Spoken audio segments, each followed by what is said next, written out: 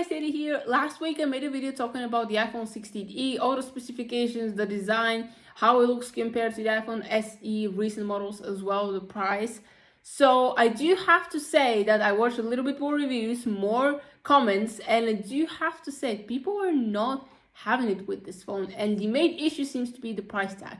Many people complain that the price is too high for what this phone can offer. Others say that at least if you make it this price, add a few more things to this phone so actually can make it worth it, because literally I can pay a little bit more and get one of the newest iPhone 16s. So pretty much this video is about all the opinions, all the reviews that people made of this phone, and the general opinion. Is this phone even worth buying? Is it successful? And what exactly Apple planned to do with this phone? Was it even in the plans, or they did this phone for exactly this price because they had a secret plan?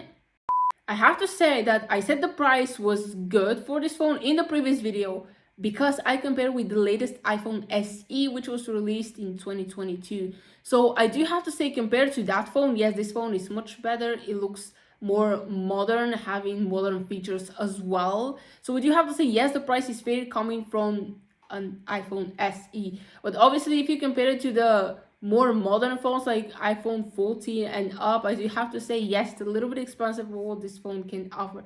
And the fact that it doesn't even have MagSafe, which has been in our phones since iPhone 12 at this point. So I do have to say, maybe this is a feature that they should have added. Personally, I've never used any MagSafe because I just didn't want to. Like, I use a regular charger, but I understand how important it is for some people. Maybe Apple should have added it. So yes, the price, it's a little bit expensive, but also it's fair comparing to the iPhone SE. So I guess they're mixed opinions again.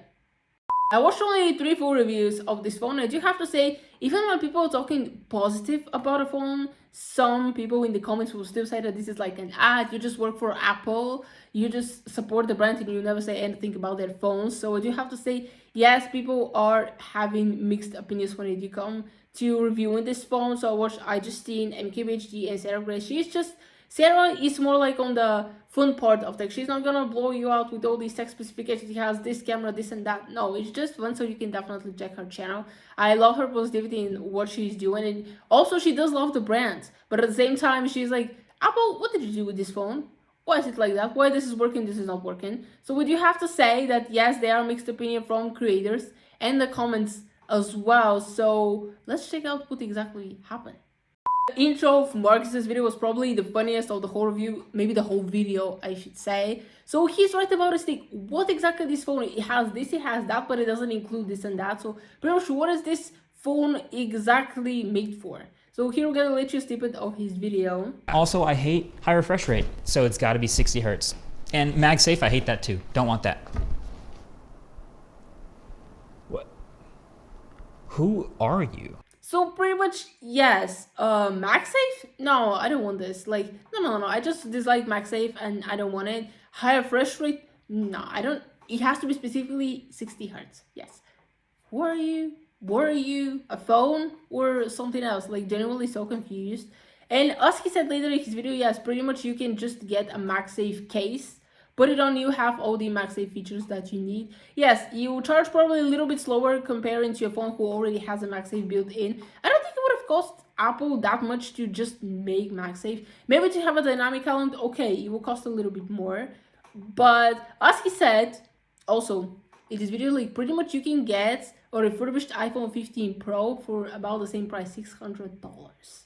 So at this point, if we compare the 15 Pro to the 16e, I do have to say, obviously the iPhone 15 Pro will be better 100 times because all the features that it has.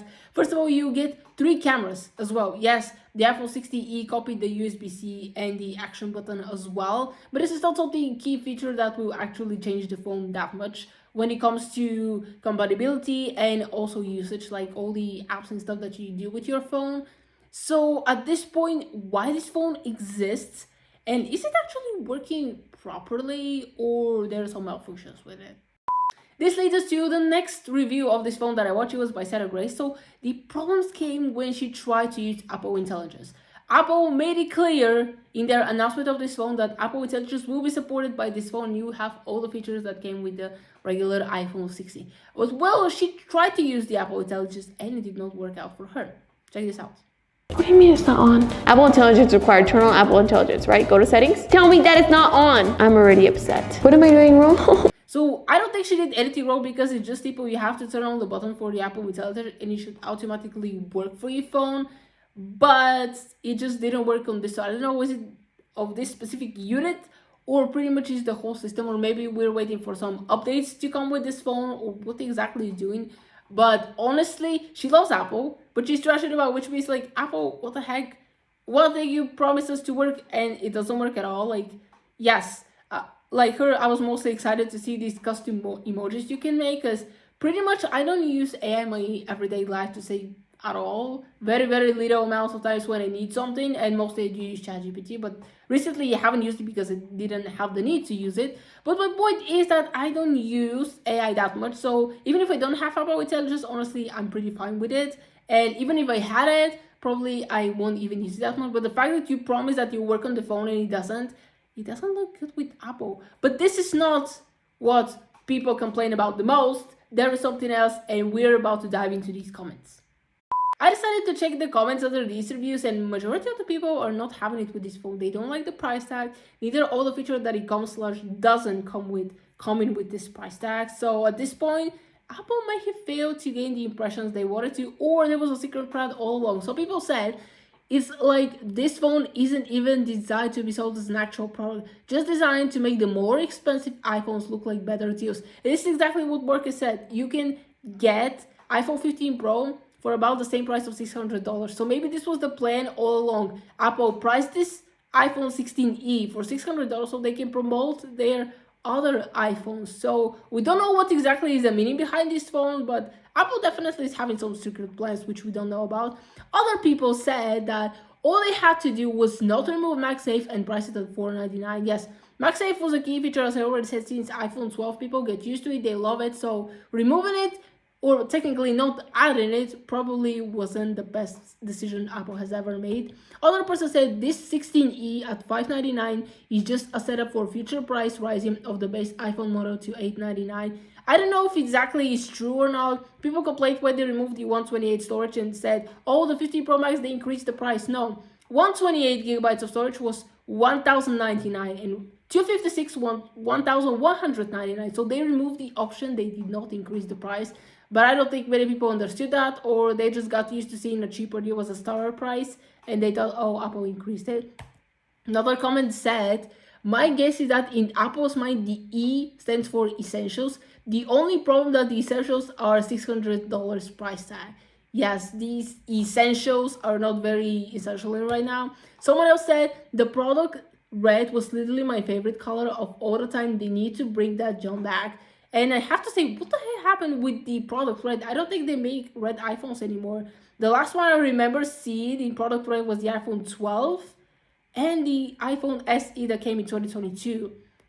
The product red was supposed to go for charities. They donated a lot during COVID time, but what exactly happened with it, we'll never know. Someone else said that when creators say this is really interesting, I promise you, this means I don't like this, but in a nicer way. Of course, they don't want to offend the company that's partnering with them, and the fact that they have the opportunity to receive review units and share this with people. So I do have to say, yes, they're not having it.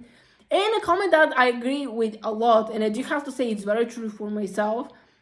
People hate this thing for the $599 price, and I did think being $399 would have been cooler, but I think this excels as a kid's first iPhone. Sure, it's supposed to be cheap model, but when parents are shopping for the 12 to 13 plus year olds first phone, I'm betting this will be their go-to choice. My second iPhone as a kid was the XS, and this thing cost plus $1,000. So $599 for way better technology is a good modern day deal. And I can't disagree with it, because yes, my very first phone that I have was good old Samsung with buttons, but the very first iPhone I received in 8th grade was the iPhone 6S. And because I am born in the first half of the year, the newest iPhones didn't get released. This was the newest iPhone that existed in the market and the most expensive one, if we exclude the 6S Plus.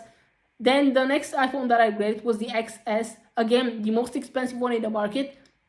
So I do see this as a cheaper deal for kids. But is this the only reason why this phone exists, like a priority or not? So as you can see, people are not having it with this phone, and let's just say that Apple failed this time. Okay guys, that would be the video. Hope you enjoyed. Comment down below what you think about this iPhone 16e. Do you like it? Or you're from the people who think, nah, it's too expensive, I can find something better? Yes, if we exclude the iPhones for this price, you can find a pretty good phone from a different brand that actually will have a lot more features. Yes, many people probably will to Samsung or Google. Yes, there are many phones in the market currently, but about this phone, something is not right up. Since so many people are complaining about the price, maybe Apple did this on purpose. Wanted to get these reactions because even if you hate this phone, the fact that you still comment and talk about the phone is what Apple wants to hear. So yes, at this point, maybe Apple still won, even if majority of the comments aren't so positive. But that'll be the video. Hope you enjoyed. Please smash that like button if you like this video, share it with friends. Don't forget to subscribe to this channel, turn on the bell so you'll be notified whenever I post new videos, and I'm gonna see you next time. Bye!